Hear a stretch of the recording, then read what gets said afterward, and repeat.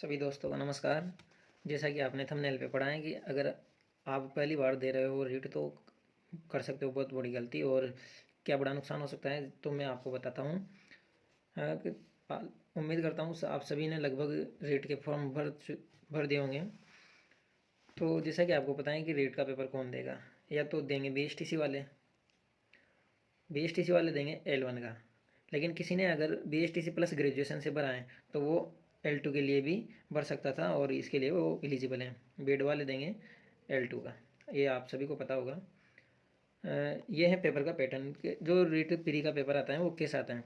तो इसमें 30 नंबर की तो आती है अपने साइकोलॉजी। ये टोटल पेपर होता है 150 नंबर का। कितने नंबर का? 150 नंबर का। इसमें 30 नंबर की तो होगी साइकोलॉजी और 30 नंबर के होते हैं अपने लैंग्वेज। लैंग्वेज कौन सी? जो आपने फर्स्ट लैंग्वेज चुनी है। तो इसके आते हैं 30 क्वेश्चन। अब 30 क्वेश्चन आते हैं तो इसमें होता क्या है कि 20 क्वेश्चन तो सब्जेक्ट के होते हैं और बाकी 10 क्वेश्चन होते हैं टीचिंग मेथड के, यानी कि शिक्षण विधियों के।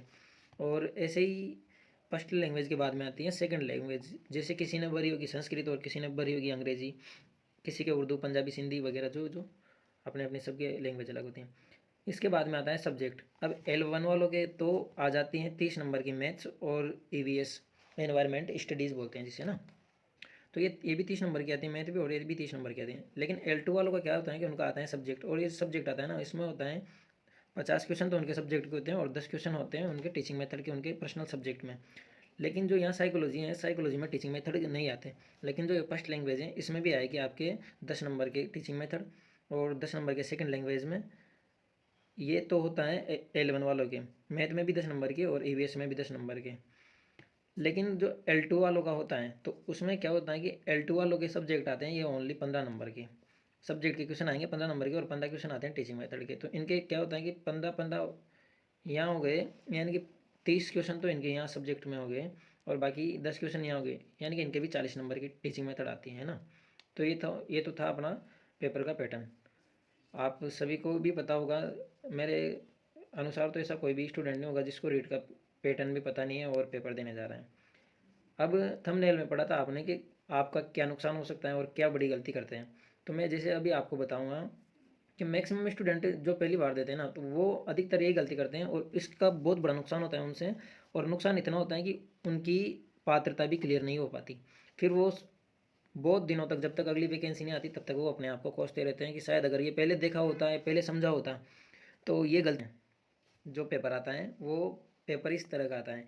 सबसे पहले उसमें मैक्सिमम, ज़्यादातर मैं बता रहा हूँ कि उसमें पेपर में सबसे पहले आते हैं साइकोलॉजी के 30 क्वेश्चन। बच्चा यहाँ बिल्कुल भी गलती नहीं करता, जो उसने पढ़ा है वो करता है वो यहाँ।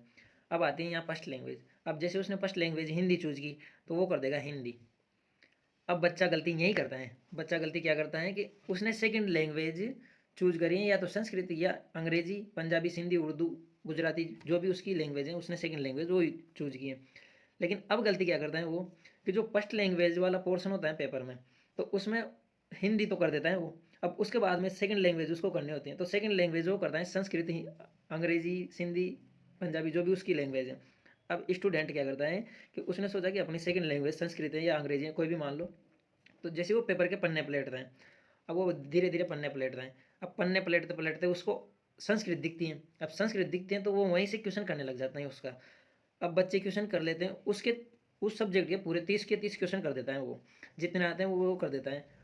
बहुत से स्टूडेंट तो OMR में टिक भी कर देते हैं, मार्क भी कर देते हैं OMR में। ये भी बहुत बड़ी गलती कर देता है वो।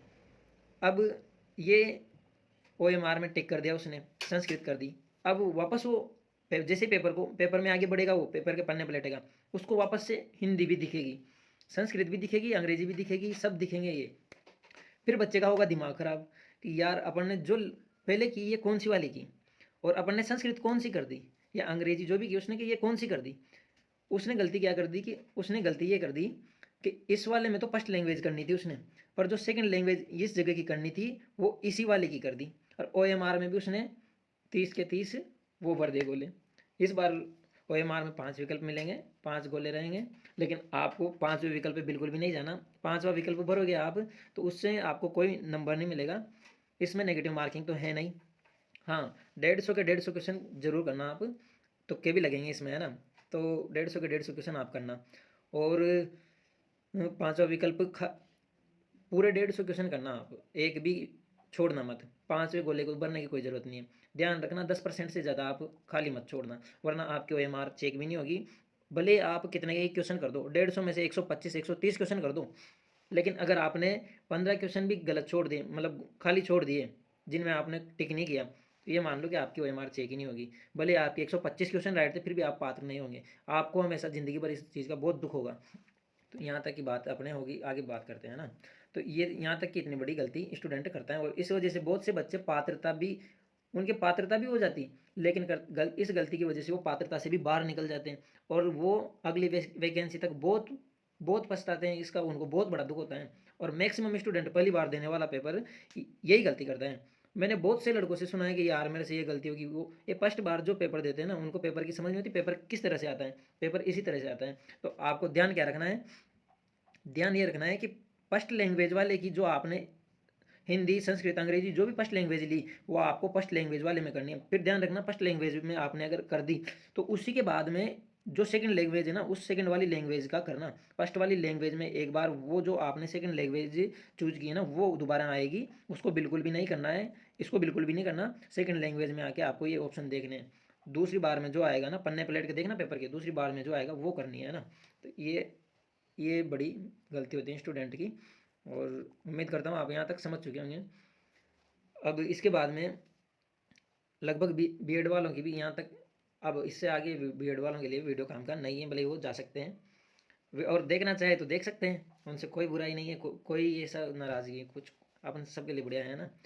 लाइक ज़रूर करना, आपके लिए बहुत काम की वीडियो बनाई है मैंने।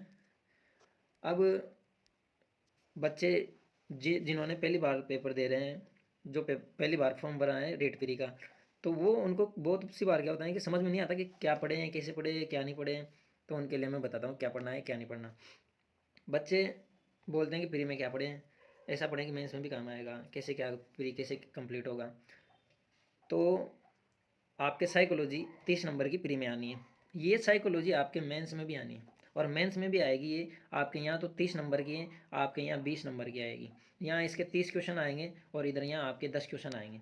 मतलब ये आपको साइकोलॉजी तो पूरी पढ़नी है, बिल्कुल भी छोड़ने की गलती मत करना। फर्स्ट लैंग्वेज में अगर आप हिंदी लेते हैं तो हिंदी आपके मेंस में भी आनी है, और यहाँ आपके 30 नंबर की आ रही हैं, 30 क्वेश्चन आएंगे। इधर आपके 5 क्वेश्चन आएंगे सब्जेक्ट के, बाकी 4 क्वेश्चन टीचिंग मेथड के आएंगे। यहाँ आपके 20 क्वेश्चन सब्जेक्ट के हैं और 10 क्वेश्चन टीचिंग मेथड के, तो वो तो सब उधर काम आने आपके। लेकिन सेकंड लैंग्वेज में अगर आपने संस्कृत लिया है, ओनली प्री के लिए आपने संस्कृत लिया है, तो ये आपके मेंस में बिल्कुल भी काम नहीं आएगा, ये मेंस में बिल्कुल भी काम नहीं आएगा। इसको या तो आप इतना सा पढ़ो कि मैक्सिमम नंबर ले सको आप, इसको इतना ऐसे मत पढ़ो पूरा घोल के पीने की कोई ज़रूरत नहीं है। आपको मात्र 90 नंबर लाने हैं, 90। कोई ज़रूरी नहीं है आप 150 में से 150 लाओगे तब भी पात्र ही होंगे, 100 लाओगे तब भी पात्र ही होंगे, 90 लाओगे तब भी पात्र ही होंगे। OBC वालों की इनकी तो बाकी 82 83 क्वेश्चन में भी हो जाती है पात्रता, तो ऐसी कोई वो बात नहीं है ना। तो आपको इतना ज़्यादा लोड लेना नहीं है। अब एक और चीज़ है, स्टूडेंट के पढ़े तो पढ़े क्या, अब ये इधर आपको ये मैथ भी नहीं छोड़नी, मैथ भी पढ़नी है, क्योंकि ये मेंस में भी आनी है। बच्चों को क्या है कि डर लगता है, तो ये क्या करते हैं कि इसको पढ़ते नहीं है, तो ये उधर पढ़नी है कि ये आपको उधर काम में आएगी, छोड़ना बिल्कुल भी नहीं है। हाँ, इस वाले को आप स्किप कर सकते हो, स्किप बिल्कुल भी नहीं करना। इसमें आप ये देख लेना कि मेंस में जो टॉपिक है ना आपके, वो मेंस वाले टॉपिक मिला लेना, और उन टॉपिक को आप पढ़ना और बाकी आप छोड़ सकते हो। इसमें फिर भी उन टॉपिक को जरूर देखना जहाँ से पिछले वाले पेपर में क्वेश्चन आए हैं।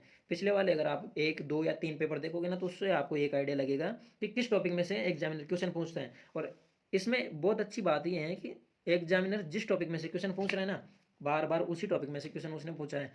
क्वेश्चन चेंज हो सकता है लेकिन टॉपिक चेंज नहीं किया उसने। तो आप ये जरूर देखना पुराने वाले क्वेश्चन पेपर, इससे आपको पता चलेगा।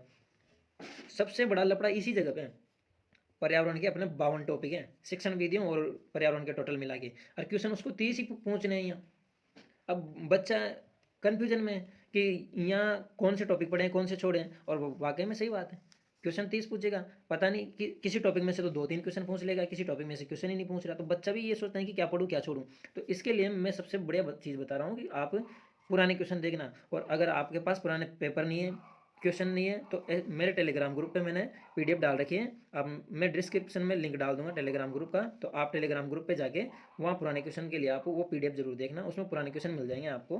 उसमें पेपर वाइज हैं, जैसे अब तक के जितने भी प्री के पेपर हुए हैं ना, उसमें सारे पेपर हैं उसमें। तो आप टॉपिक वाइज उनके क्वेश्चन देख लेना कि किस टॉपिक में से कैसा क्वेश्चन पूछ रखा है, तो आप उन्हीं टॉपिक को पढ़ के बढ़िया से बढ़िया नंबर ला सकते हो। आप बहुत बढ़िया पात्रता कर सकते हो। इसे स्मार्ट वर्क भी बोलते हैं। पूरा पढ़ने की कोई ज़रूरत नहीं है, आपको जितने चाहिए उतना काम में लो, और कम पढ़ के ज़्यादा नंबर लेने वाला वो बंदा स्मार्ट होता है। इस जो स्मार्ट बच्चे स्मार्ट पढ़ाई करते हैं ना, उनका बस यही होता है कि पढ़ते सब हैं, मेहनत सब करते हैं, लेकिन थोड़ी सी उनकी टेक्निक अलग होती है, इस वजह से उनका सिलेक्शन होता है। पढ़ने वाले की कोई कमी नहीं है, पढ़ने वाले भरे हैं, 18-20 लाख स्टूडेंट हैं अपने राजस्थान में, इतने बेरोजगार हैं, लेकिन सिलेक्शन तो उन्हीं का होता है जो स्मार्ट तरीके से पढ़ते हैं, कुछ अपने तरह से मेहनत करते हैं। कोचिंगों पे तो हज़ारों बच्चे पढ़ते हैं क्लास में बैठ के, क्या सभी क्या होता है क्या? नहीं, जो मेहनत करता है उसी बच्चे का सिलेक्शन होता है। तो आप भी बड़े अच्छे से मेहनत करो, पेपर एनालिसिस करना जरूर आना चाहिए आपको। इस जितना आप एग्जामिनर की सोच को सोच सकते हो, उतना आप सफल होंगे। एग्ज़ाम में क्या आएगा क्या नहीं आएगा उसको आपको ऑटोमेटिक अंदाज़ा लगने लग जाएगा, एग्जामिनर क्वेश्चन कहाँ से देगा। बाकी कोई लोड नहीं लेना है इसमें, मात्र आपको 90 नंबर लाने हैं, और 90 नंबर आसानी से आ भी जाते हैं, इतना ज़्यादा हार्ड पेपर देता नहीं है ना। बाकी पढ़ते रहिए, मस्त रहिए, कुछ ही दिन बचे हैं आपके, अब ज़्यादा दिन बचे नहीं हैं। जितना ज़्यादा हो सके उतना ज़्यादा पढ़िए। यहाँ तक वीडियो देखने के लिए बहुत बहुत आपका धन्यवाद। और अच्छी लगे तो लाइक ज़रूर करना, सब्सक्राइब करना, शेयर करना, और ऐसे भी मैं आगे वीडियो बनाता रहूँगा। ये आपके बहुत काम की वीडियो हैं। जिस बच्चे ने गलती करी ना, वो बच्चा जानता है कि इस गलती से बचना कितना बहुत बड़ा ये होता है। पिछली बार एक स्टूडेंट था जिसके 91 क्वेश्चन राइट है, लेकिन गलती यही कर दी उसने कि जो सेकंड लैंग्वेज करनी थी वो फर्स्ट लैंग्वेज वाले की कर दी, और जो सेकंड लैंग्वेज में 30 क्वेश्चन के जो मार्क करने थे OMR में, वो उसने फर्स्ट लैंग्वेज वाली के ही उसमें मार्क कर दिए, तो उसके 77 क्वेश्चन बचे, ओनली 77 बचे। अब राइट तो उसके 91 है, लेकिन 77 बचे, और पात्रता होनी थी 83 में। वो बच्चा बाहर निकल गया, उसको बहुत बड़ा दुख हुआ है, वो पात्र भी नहीं हो पाया, जबकि काबिल था वो, लेकिन गलती ये कर दी उसने, उसको पता नहीं था पेपर कैसे करना है। तो धन्यवाद आपके लिए। नहीं